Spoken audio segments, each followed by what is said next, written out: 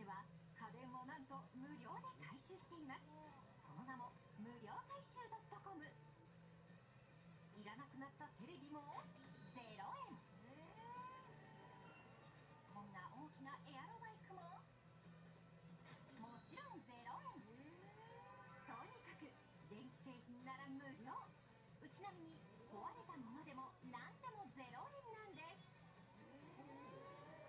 地方で持っていけないという人のために全国から郵送でも家電を引き取っています。やり方も超簡単。段ボールに詰めて送るだけ。送料はかかりますが引き取りリサイクル料はもちろん無料。でもなんで0円で回収してくれるのか。実はこちら回収